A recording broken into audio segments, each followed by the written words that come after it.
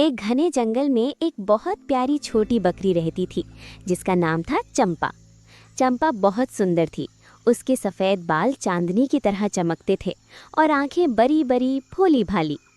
लेकिन उसकी ज़िंदगी हमेशा खुशगवार नहीं रही। जब वो बहुत छोटी थी तब उसके माँ बाप एक ऊंचे पहाड़ से गिरकर मर गए थे। छोटी सी चंपा अनाथ हो गई।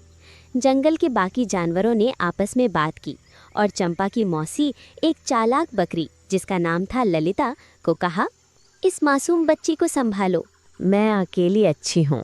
लेकिन बाकी जानवरों के बार बार कहने पर उसने हामी भर दी।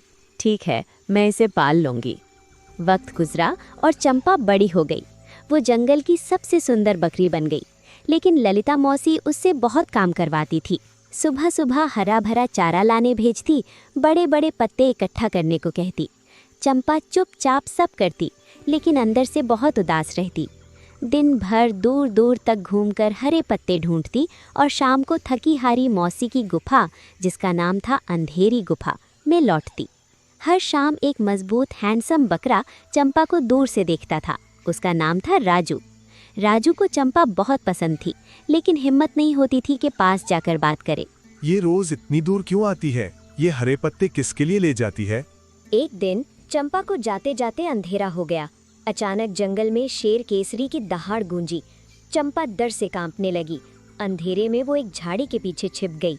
दिल जोर जोर से धड़क रहा था। तभी राजू वहां पहुंचा। उसने चंपा को देखा और फिसफिसाया, चुप, शोर मत करना, यहाँ छिप जाओ, शेर केसरी अभी चला जाएगा।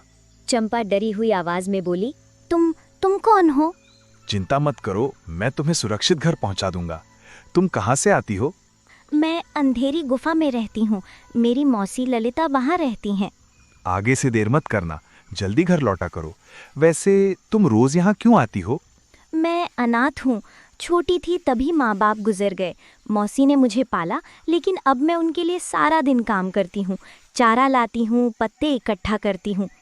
तुम कौन हो? मैं राजू हूँ। मेरे पिता बचपन में ही गुजर गए थे। मम्मी ने एक अमीर बकरे से दूसरी शादी कर ली, लेकिन उसने मुझे कबूल नहीं किया। तब से मैं अकेला हूँ। अपनी गुफा, सूरज की गुफा में रहता हूँ। मन किया तो खा लिया, मन किया तो सो गया, और मन किया तो इस सुंदर बकरी को देखने आ जाता हूँ। चंपा शर्मा गई और हंस पड़ी। राजू ने फ्लर्ट करते हुए कहा, तुम सच में बहुत खूबसूरत हो चंपा। मुझे अब जाना चाहिए, मौसी इंतजार कर रही होंगी। कल फिर आओगी ना? सोचूंगी। अगली दिन चंपा फिर आई। राजू पहले से वहाँ इंतजार कर रहा था। ऐसे ही रोज मिलने लगे, बातें होने लगी, हंसी मजाक होने लगा।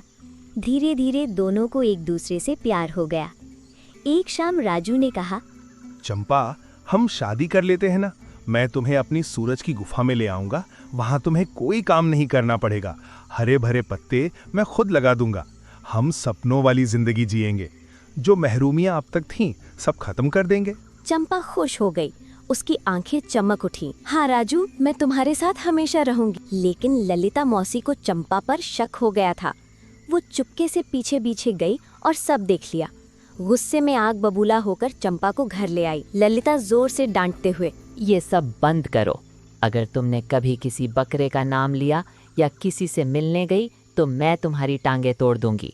आगे से कहीं नहीं जाओगी। चंपा फूट फूट कर रोने लगी। अब क्या होगा? राजू मेरा इंतजार कर रहा होगा। दूसरी तरफ राजू बहुत परेशान था। वो सोच रहा था चंपा को मौसी ने जरूर डांटा होगा।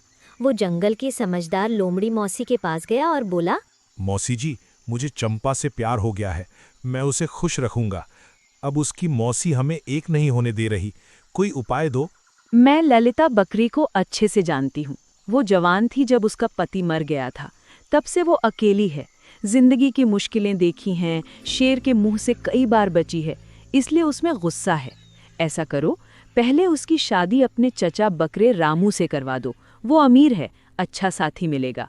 फिर वो चंपा से ध्यान हटा लेगी और तुम दोनों शादी कर लेना।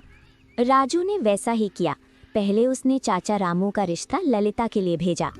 ललिता शर्माते हुए, अभी इस उम्र में शादी? इसमें क्या है, साथ रहेंगे तो दिन अच्छे गुजरेंगे। ठीक है, लेकिन मेरी भांजी चंपा का क्या? मैंने इसे पाला है। फिकर नॉट। चंपा की शादी के लिए मेरे पास एक बढ़िया बकरा है मेरा भतीजा राजू, हम उससे चंपा की शादी करवा देंगे। इस तरह ललिता मौसी की शादी चचा रामू से हो गई। फिर चंपा और राजू की शादी हो गई। चंपा राजू के साथ सूरज की गुफा में चली गई। ललिता मौसी इस उम्र में फिर से खुश हो गई। उनका गुस्सा खत्म हो गया और चंपा राजू को सारी महरूमियाँ खत्म हो गई। दोनों एक दूसरे के साथ प्यार भरी जिंदगी जीने लगे। जंगल में सब खुश थे और उनकी मोहब्बत की कहानी दूर दूर तक मशहूर हो गई।